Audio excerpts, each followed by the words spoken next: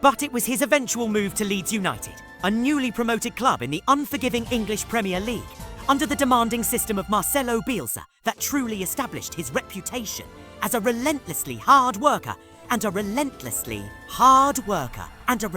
creator. And it was here that he built up a level of fan loyalty so profound that when Barcelona came calling, amidst the financial turmoil that threatened to relegate Leeds, he ensured his full transfer fee was paid out of loyalty to the supporters who had backed him. Keeping a promise to walk the length of the pitch on his knees in a truly dramatic moment of salvation. This act of selfless loyalty and professional rigour should have served as his introduction to the Camp Nou faithful, but instead it became a harbinger of the chaos that awaited him. As he arrived at a club in such a state of financial and structural disarray that they could not even register him or give him a shirt number until they had frantically mortgaged future broadcast revenues and jettisoned other players. Glaring hints about the way they were about to treat him, exposing him as a pawn in a desperate last-ditch attempt to sign a star, rather than a crucial piece of a cohesive sporting project. The ultimate irony of his transfer was that Raphinha was purchased to replace Ousmane Dembélé, who, almost immediately upon Raphinha's arrival, began the most consistent run of form in his injury-plagued career, leaving the Brazilian inexplicably glued to the bench and confirming the dire warnings of every football analyst who had stated the team did not need another right-winger, a damning indictment of a club signing players on a whim rather than strategic necessity. And even when Dembélé succumbed to injury, handing Raphinha the space he needed to deliver, coming off the World Cup break with a run of 10 goal contributions in just 12 games, saving the team during Robert Lewandowski's own slump.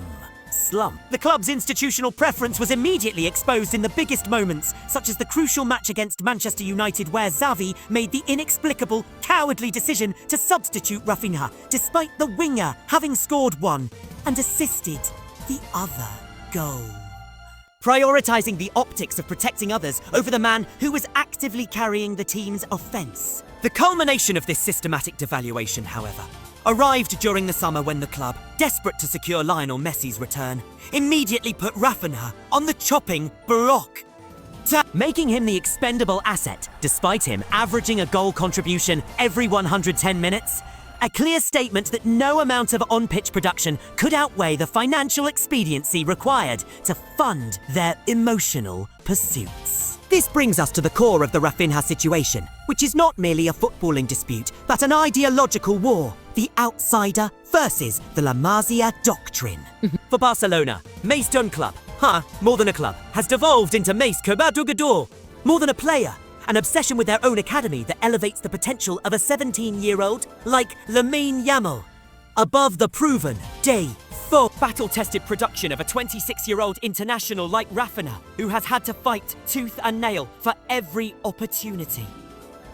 This bias is what fuels the absurd narrative, where a player like Yamal can be bathed in praise and institutional support while Raphinha is viewed as the ugly duckling, the player whose number they are ready to hand off, even as he consistently delivers superior statistical output. When Nico Williams had a couple of good games at the Euros, the club and the supposed fans instantly began daydreaming about Raphinha's departure, perfectly illustrating the fragility of his standing and the fact that an academy product's promise, regardless of whether that player is even affiliated with a club, can instantaneously supplant the man who has already delivered 61 goal contributions in the time since his arrival. A figure that is not merely impressive, but statistically staggering. The final, and perhaps most grievous, chapter of this ongoing injustice unfolded during the season where Raphinha, despite all the hardship, despite being repeatedly benched, injured, and moved out of position for the sake of Lamine Yamal, held on to his momentum with a singular, unbreakable resolve. So, closing out his campaign with a ridiculous 21 goal contributions in the game time, equivalent of only 21 games. This outrageous statistical report was not just the best at Barcelona. It was one of the best in La Liga, propelling him to a historic season under the new tactical system, introduced by manager Hansi Flick, which finally acknowledged his tireless pressing ability and positional versatility. Qualities honed by his time with Bielsa. He was handed the captain's armband alongside ter Stegen, becoming the first non-La Masia player in 20 years to hold that honour. And the world watched in astonishment as he demolished Bayern Munich with a hat trick while wearing the captaincy, forcing every major newspaper to scramble to write think pieces attempting to justify his sudden jump in performance, failing to understand that the performance was always there, merely suppressed by a regime that refused to utilise him correctly. He ended the season having scored more goals than any Brazilian player in the history of the league in a single year, and his combined goal contributions statistically surpassed Neymar's best ever tally, solidifying him as the undeniable MVP of the squad that won the league title. And yet, the ultimate betrayal came during the Ballon d'Or rankings, where, after matching Ronaldo's record for goal contributions in a single Champions League season and demolishing nearly every major opponent in sight, he mysteriously and inexplicably plummeted down the rankings at record speed, ending up in a bewildering 5th place, while his younger teammate Lamine Yamal rocketed up to 2nd. This shocking snub, this final act of disrespect, was then followed by the explosive revelation that it was, allegedly, Yamal's own father who had demanded the club shift its promotional support away from RAPHINHA'S Ballon d'Or push and towards his son's campaign.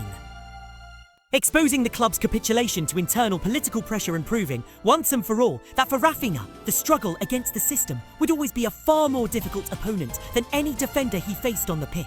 thus confirming the cynical belief that Barcelona is and always will be more than just a club, which, in his case, means less than fair.